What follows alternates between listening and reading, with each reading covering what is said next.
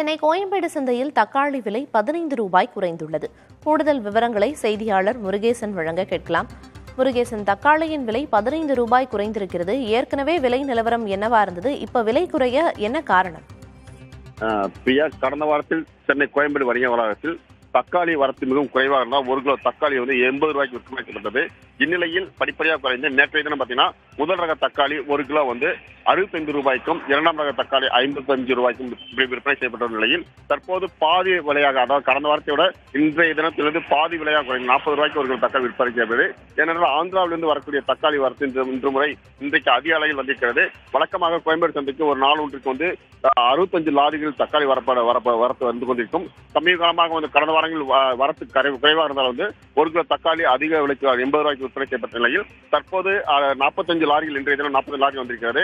எனவே முதல் ரக தக்காளி 1 கிலோ தக்காளி 40 ரூபாய்க்கும், இரண்டாம் ரக தக்காளி 30 ரூபாய்க்கும் விற்பனை செய்யப்படுகிறது. விவரங்களை வழங்கியதற்கு நன்றி முருகேசன்.